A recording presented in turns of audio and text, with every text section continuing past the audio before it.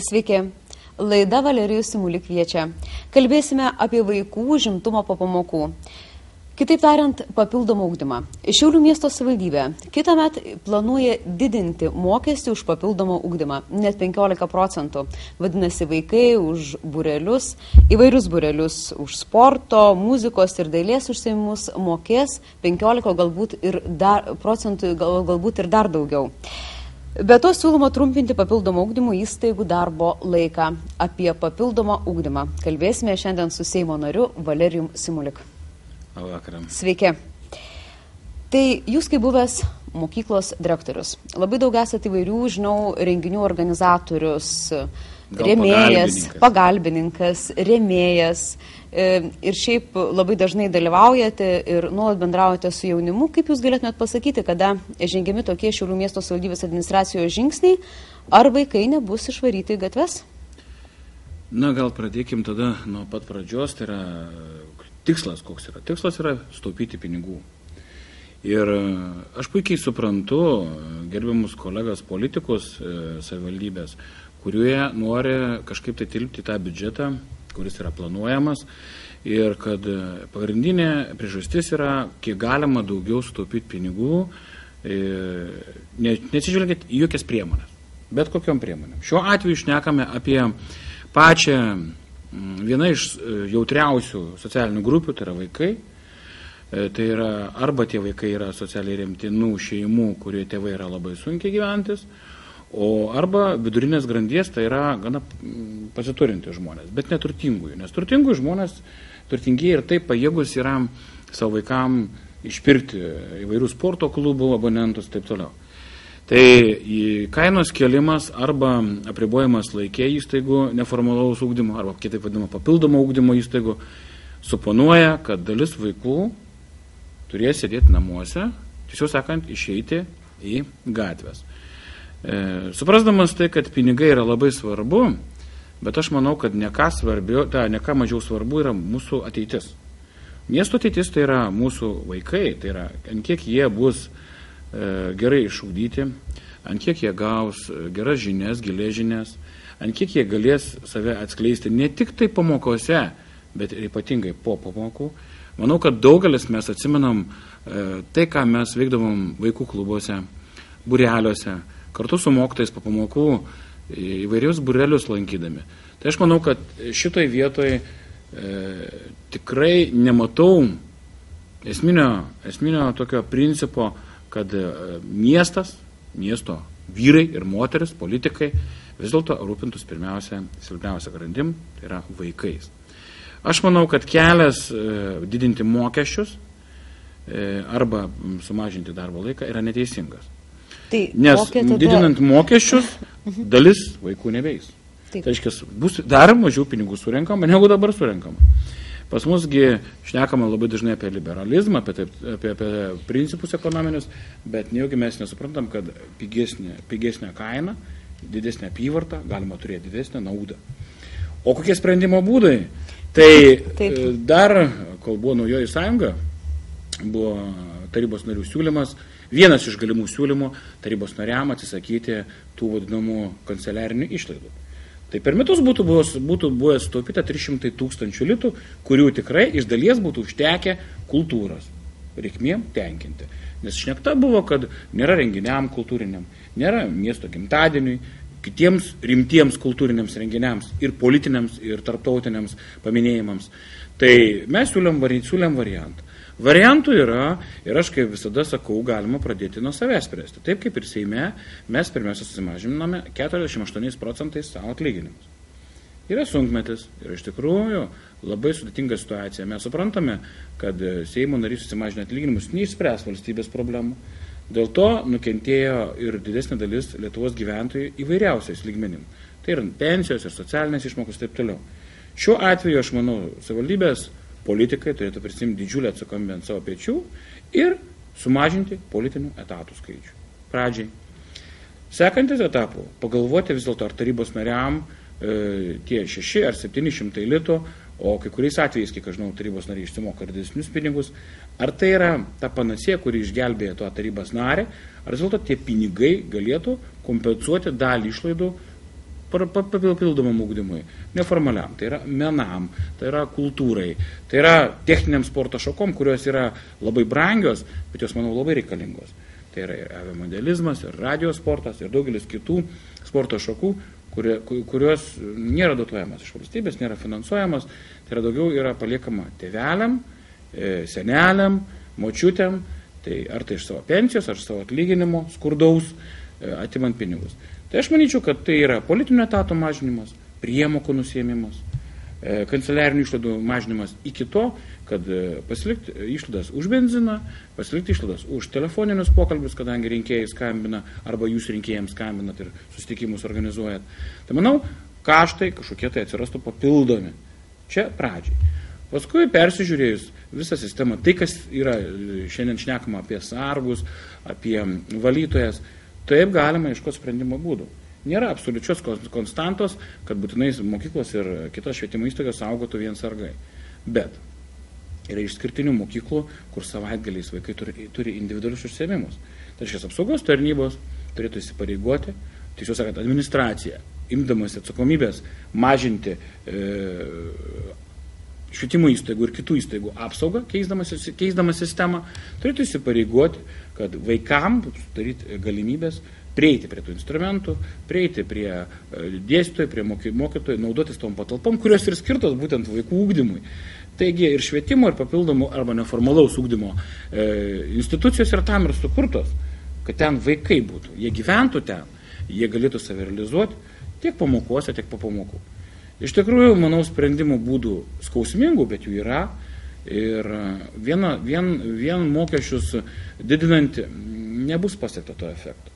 Mes puikiai suprantam, kad dalis tėvų po šios žiemos, ypač šią žiemą, žinant, kad šilumos kainos didės kaštai ir kiti mokesčiai didės. Tai manau, kad dalis tėvų atsisakys leisti vaikus į tos būrelius. Ir aš manau, kad tai yra iš tikrųjų nepagrįsta logika ir žmogiškumu.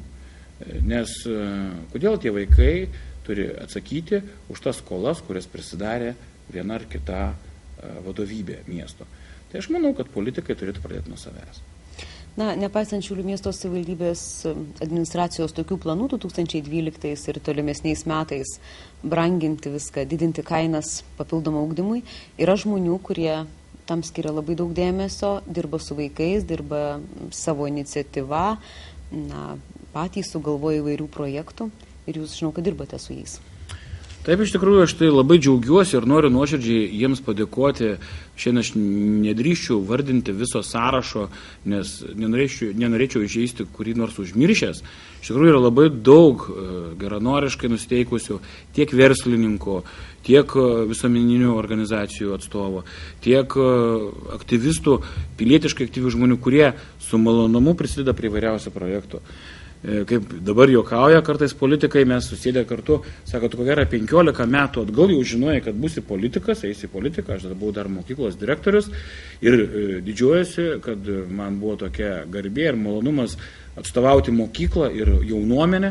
Tada mes 15 metų atgal sukūrėme moksleivių mėgėjų krepšinio lygą, kur ir šiandien gyvuoja. Ir noriu palinkėti teisėjams, kadangi aš negaliu niekam vadovauti, jūs žinot, kad Seimo nariams yra uždrausta būti prezidentais, pirmininkais, taip toliau, nors ir nepelno siekiančių organizacijų, bet vis dėlto tai bandoma ieškoti, kad kažką tai mes norim nuslėpti ar paslėpti, ar padaryti kažką ne taip. Tai siekdamas išvengti tokio interesų konflikto, iš tikrųjų nusišalinau nuo vadovavimo dalybų. Žiūrovus aš pakviesiu pasižiūrėti reportažą apie aktyviai sportuojančius vaikus.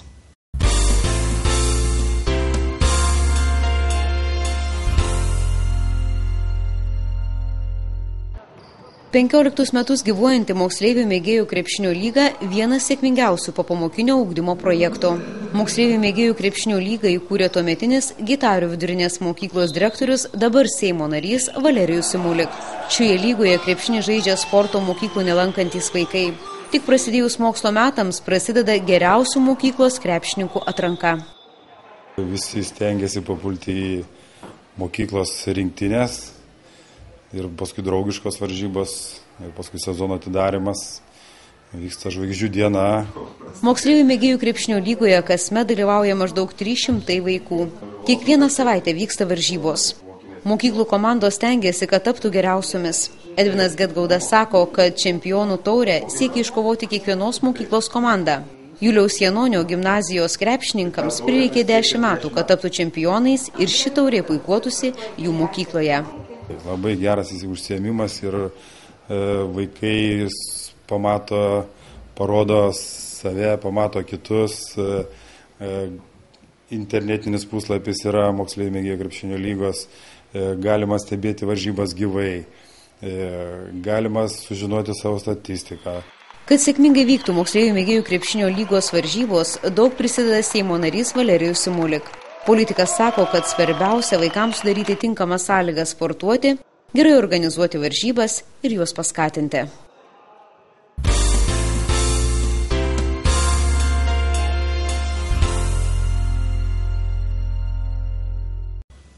Pasižiūrėjom reportažą, kaip aktyviai sportuoja mokiniai ir Juliaus Janonio gimnazijos mokytojai sako, kad būtent jūs įkvėpėte merginas Juliaus Janonio gimnazijos siekti labai aukštų rezultatų. Jūsų pažadai ir paskiau jie buvo ištesėti. Tai buvo labai svarbu. Tai gal čia truputėlį ir sureikšmina mano gerbiami kolegos, bet aš džiaugiuosi, kad galbūt tas paskatinimas ir pasakymas, kad jeigu praeisim zoną, laimėsim zonai ir kad bus ir tas, ir tas, ir tas. Ir kaip savaime aišku, aš manau, kad kiekvienas žmogus duodamas pažadą, nesvarbu, kad tai yra jaunuomenė, tai yra mokiniai, vis dėlto turi savo žodį vykdyti.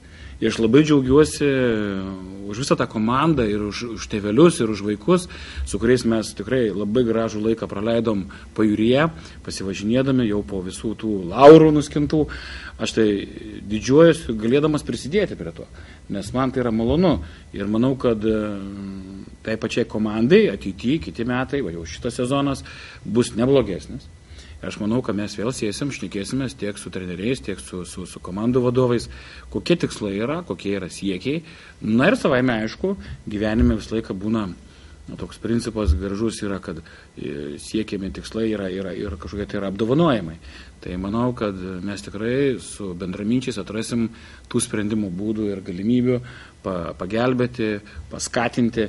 O manau, kad tie rezultatai, kuriuos rodo jaunuomenė, šiuo atveju mergaičių komanda, aš tai labai džiaugiuosi, nes dažniausiai merginos nėra tokios aktyvios, nėra dažnai sporte turiu omeny, nes iš tikrųjų moterų sportas, jis toks truputį kaip yra, kaip našlaičio vaidmenį ir šitoj vietoj labai džiaugiuosi galėdamas bendrom komandiniam darbe, kad mergaitės pasiekė tokių rezultatų. Tai manau ir tėveliam tai yra džiugu ir vadovams. Jūs dirbate ir su Šiaulių sporto mokykla? Taip, su sporto mokykla mes turime įvairiausių renginių, tai ir festivalių rėmimas, ir žiniasklaidos atstovų įvairios šventės būdavo seniau. Tai manau, kad tos sporto šakos, kurios yra finansuojamos ir tauriam, ir medaliais apdovanojamos sporto šakos, kurios nepatenka po tų didžiųjų sporto mokyklų kepurė, tai būtent sporto mokyklos dėka yra dėmesys parodomas jiems. Ir aš džiaugiuosi gerbiamo Karbuočiaus entuziazmu ir jo energija. Ir aišku, kai aš jiems sakau tiesiai šviesiai, ateik, sakyk, ką reikia, žiūrėsim, galvosim, kaip sprendimą atrasti variantą. Ir manau, kad bendras mūsų darbo rezultatas yra geras. Ir tos nepopuliariausios, ne iš tų populiariųjų sporto šakų, vis dėlto jiems yra irgi pakankamas dėmesys tiek vaikams, tiek vyresnio amžiaus žmonėms, kurie dalyvauja būtent po sporto mokyklos egida. Dar vieną reportažą kviečiu pasižiūrėti apie 5 metus vykstantį boulingo čempionatą.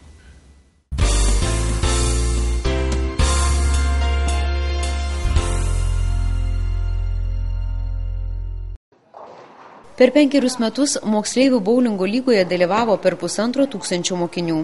Kiekviena mokykla sudaro komandas. Vaikai žaidžia 3 amžiaus grupėse – 5-8 klasių, 9-10 ir 11-12. Čempionatuose su savo mokyklos komandomis dalyvauja ir mokytojai. Moksleivių boulingo lygos organizatorius Ričardas Daugėlas sako, kad mokytojai suburia komandas, sudomina ir skatina vaikus dalyvauti ir siekti gerų rezultatų. Nuolatinis moksleivių boulingo lygos globėjas ir padėjėjas Seimo narys Valerijus Simulik. Nuo pirmo čempionato jo ta pagalba buvo tiek teoriniam žiniom, tiek finansais, tiek pačių dalyvavimų renginiuose, apdovanojant, užkrečiant savo pavyzdžių. Vienas iš boulingo žaidėjų šiaulietis Paulius Bagdonas tapo Lietuvos jaunių boulingo čempionu. Jaunuolis buvo Stasio Šalkausko gimnazijos boulingo komandos narys. Per 4 metus vaikinas taip patobulėjo, kad tapo geriausiu Lietuvoje.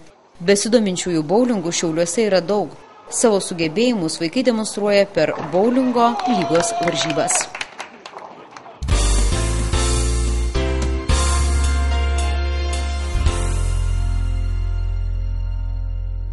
Jūs daugiausiai remiate sportininkus. Dirbate su merginomis, su vaikinais, kurie sportuoja.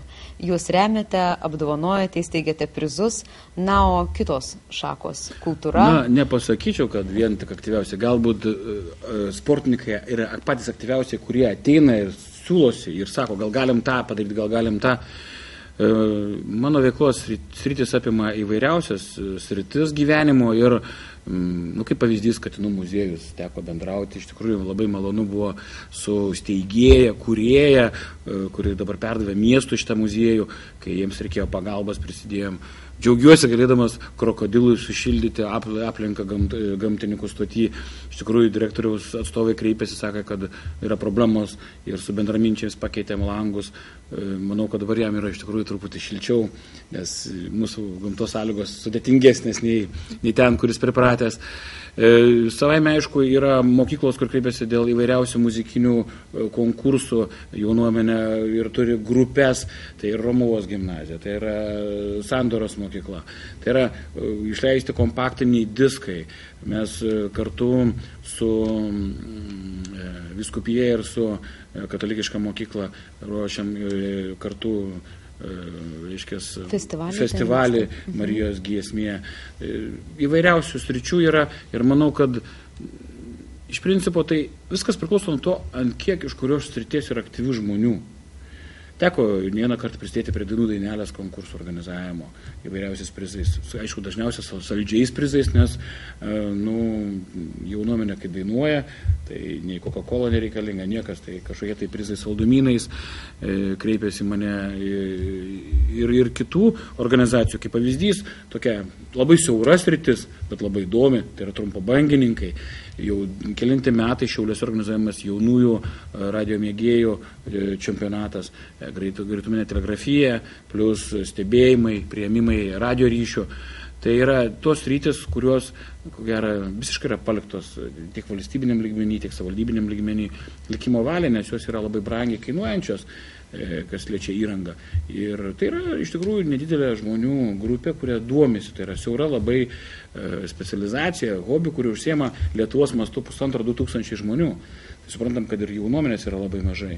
Bet yra tų žmonių. Ir jie kreipiasi ir kartu darom. Tuo labiau, kad aš pats esu radio mėgėjas, man yra tai suprantama sritis ir labai įdomi sritis. Ir manau, kad vaikam neturintiem fizinių gebėjimų žaisti krepšinį, rankinį, gerai.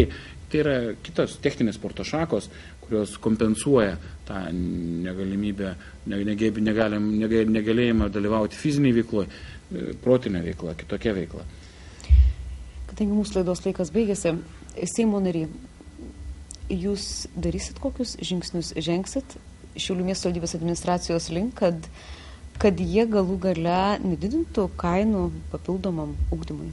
Na, mes partijoje tikrai kelsim tą klausimą, ar tai teisingiausias sprendimo būdas. Ir bent aš bandysiu argumentuoti, kad vis dėlto kainų kėlimas, tai tikrai nereiškia, kad daugiau bus pinigų surinkti. Aš manau, kad kolegos mane išgirs ir manau, kad kolegos politikai rinkti 31 tarybos narys, žmonių gavę pasitikėjimą, vis dėlto pamastys pirmiausia pradėti svarstyti pinigų karpimą nuo savęs. O jau toliau šnekės apie visus kitus žingsnius. Ir tikrai palaikysiu visus sprendimus, kurie bus racionalūs, protingi ir nebus žeidžiantis silpniausių grandžių interesų. tada bus galima šnekėtis. Kitų atveju tikrai turėsiu nuomonę kitą. Ačiū. Ačiū. Atsisveikinamas televizijos žiūrovais. Viso geriausio. Viso gero.